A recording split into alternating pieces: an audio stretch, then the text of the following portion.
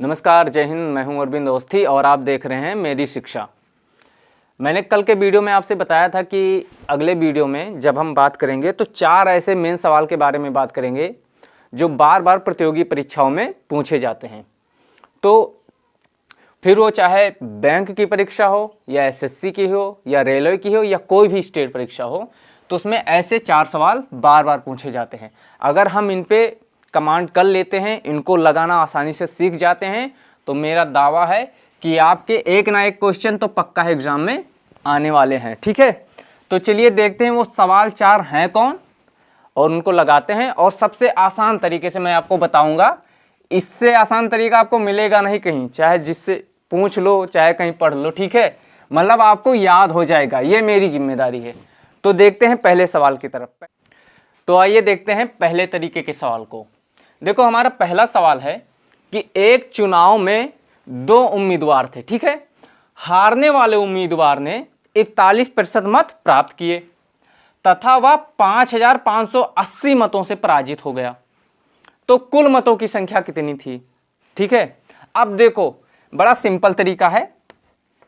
इसमें एक चीज ध्यान रखना यह है कि हारने वाला उम्मीदवार जितना मत प्राप्त कर रहा है, जीतने वाला भी उतना प्राप्त करेगा तब उसके बराबर होगा। ये तो हम भी जानते हैं, आप भी जानते हो। अगर कोई 100 वोट पाता है, ठीक है, तो दूसरा भी अगर 100 पाता है, जीतने वाला भी, तब तो उसके बराबर ही हुआ ना।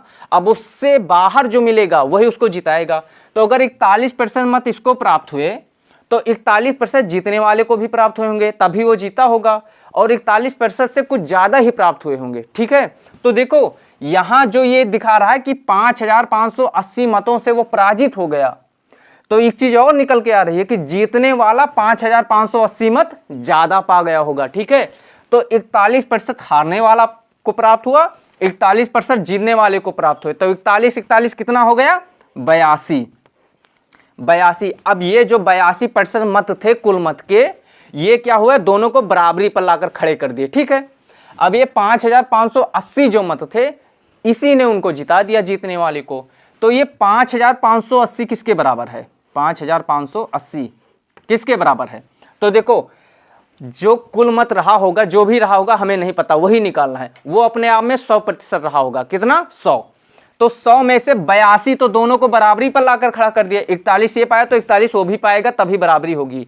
तो 82, तो 100% मत रहा होगा। 100 से जब 82 को घटा दोगे तो कितना बचा? 18 बचा। मतलब ये जो 5580 मत हैं, ये 18% मत के बराबर हैं। ये 18% जो ज्यादा मिले हैं जीतने वाले को। ठीक है, तो अगर 5580 को हम 18 से भाग दे देंगे तो कितना प्रतिशत मत निकल आएगा?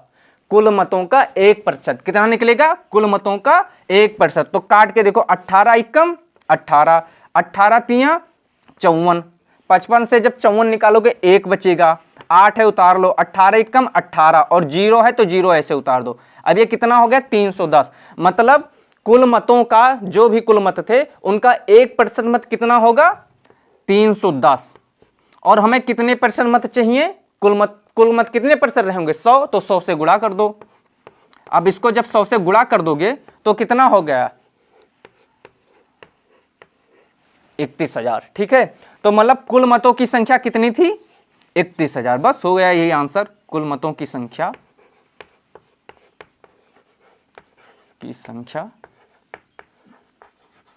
कितनी थी? 31,000। ठीक है, तो चलो देखते हैं दूसरे सवाल की तरफ। आइए देखते हैं अगले सवाल को। अगला सवाल है हमारा कि रमेश के वेतन में 20% की वृद्धि कर दी गई। ठीक है, रमेश के वेतन में 20% की वृद्धि कर दी गई। तो बढ़े हुए वेतन को 20% अगर कम कर दिया जाए तो रमेश को कितना प्रतिशत लाभ अथवा हानि होगा? अब देखो, कोई रमेश हैं, ये रमेश हैं, इनकी कोई सैलरी है, वो अपने आप में कितने प्रतिशत होगी? 100% होगी। ठीक है, इसमें 20% की वृद्धि कर दी गई, तो 100 का 20% क्या हो जाएगा? 20। तो 100 में 20 जोड़ दो, क्या हो जाएगा? 120। अब इनकी सैलरी जो है कितनी हो गई? 120। 100 थी, 120 हो गई। ठीक है, इनकी सैलरी में 20% की वृद्धि हो गई। अब ये कह रहा अगर इस सैलरी में 20% की कमी कर दी जाए तो इनको लाभ होगा या हानि होगा। ठीक है, तो अब जो हमें 20% की कमी निकालनी है वो 100 के बजाय 120 पे निकालनी है। यही सब लोग गलत करते हैं। तो क्या करोगे, 120, सैलरी इनकी अपने आप में कितने प्रतिशत थी, 100। ठीक है, तो 20, अभी जब 20% की वृद्धि हो गई तो 120 हो गया। अब 20% की कमी 120 से नहीं घटाओ, कोई चीज अपने आप में 100% होता है। इनकी सैलरी 120 है, 120 पे निकालना है, लेकिन घटाओगे किससे, इनकी बेसिक सैलरी से। तो 20%, कोई चीज अपने आप में 100% होती है, 100% इनकी सैलरी रही होगी। अब ये 120 जो है इनकी सैलरी, ये अपने आप में 120%, सॉरी 100% हो गई। ठीक है, तो 100% इनकी अब ये सैलरी है, तो 20% घटा दो, तो 100% में से 20 घटाओगे कितना होगा, 80 बचेगा। तो गुणे में रखोगे अब 80 को और बटे में 100। ठीक है, 2 जीरो से 2 जीरो मर गया। ठीक है, अब क्या बचा, 12 अट्ठे 96, मतलब अभी इनकी जो सैलरी है, जो इनकी बेसिक सैलरी थी पहले, उसका कितना प्रतिशत आ रहा है, 96%। और इनकी कितनी प्रतिशत सैलरी थी, 100। मतलब अगर 100 रही होगी, 100 रुपए ही मान लो, 100 रही होगी तो अभी कितना मिल रहा है इनको, 96।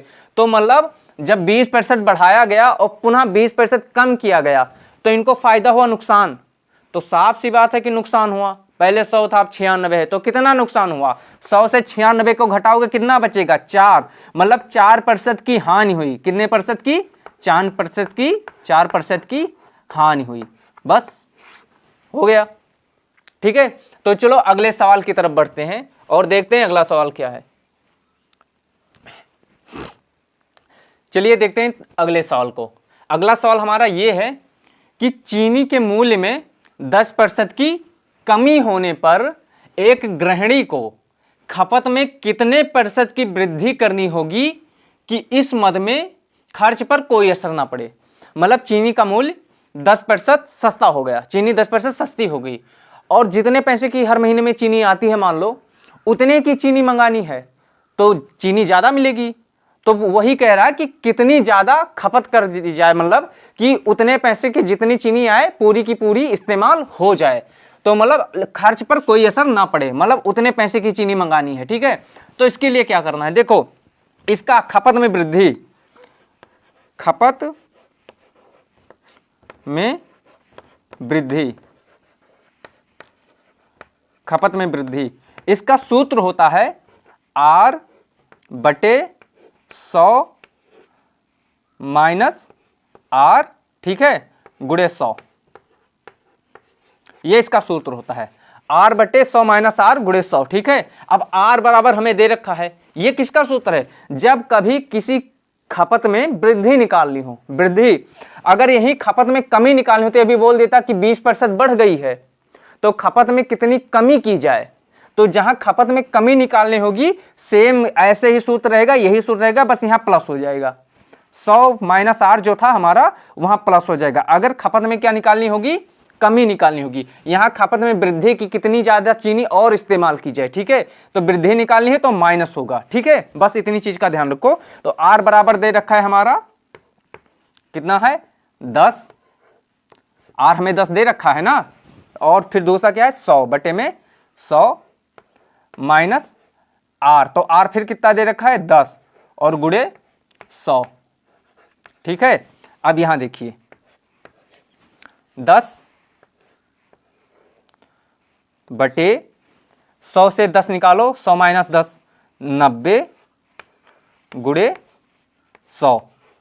अब इसी को सॉल्व कर लो, बस आंसर आ जाएगा। देखो 0 से 0 कट गया तो बचा 100 और 9, 100 को 9 से भाग दे दो तो क्या करोगे, 9 एकम 9, 10 से 9 गया, 1 बचा, 0 उतार 9 एकम 9, फिर 1 बचा।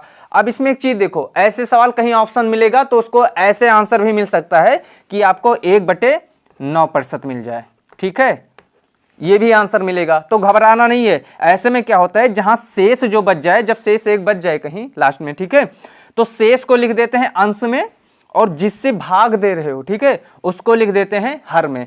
तो ये हमारा हो जाएगा, मतलब इतने प्रतिशत की अगर वृद्धि कर दी जाए खपत में तो उसके खर्च पर कोई असर नहीं पड़ेगा। हमें लगता है समझ में आ गया होगा। अब देखते हैं अगले सवाल को। ठीक है, हमने कहा था कि 4 ऐसे सवाल बताएंगे, तो अब देखते हैं चौथे सवाल को जो बहुत इंपॉर्टेंट होने वाला है। इस सवाल को अगर कोई दिक्कत है तो कमेंट में पूछ सकते हो, मैं बता दूंगा फिर से, या कोई स्पेशल कोई सवाल या कोई टॉपिक पढ़ना होगा तो आप बता सकते हो, मैं उसको पढ़ा दूंगा। चलिए देखते हैं अगले सवाल को।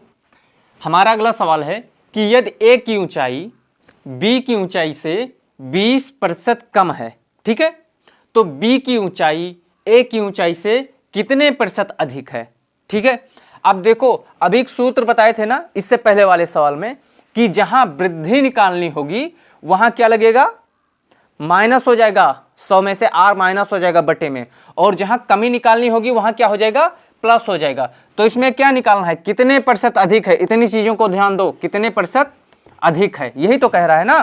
तो यहां क्या हो जाएगा, अधिक निकालना है, मतलब वृद्धि निकालनी है, तो क्या करोगे, बटे में 100 माइनस r रहेगा। तो सूत्र लिखते हैं, जो सूत्र पिछली वीडियो में था वही सूत्र यहां लगेगा। क्या होगा सूत्र, r बटे 100 माइनस r, ठीक है, r बटे 100 माइनस r गुणे 100, यही सूत्र होगा। ठीक है, माइनस क्यों, क्योंकि वृद्धि निकालनी है, मतलब अधिक मतलब वृद्धि।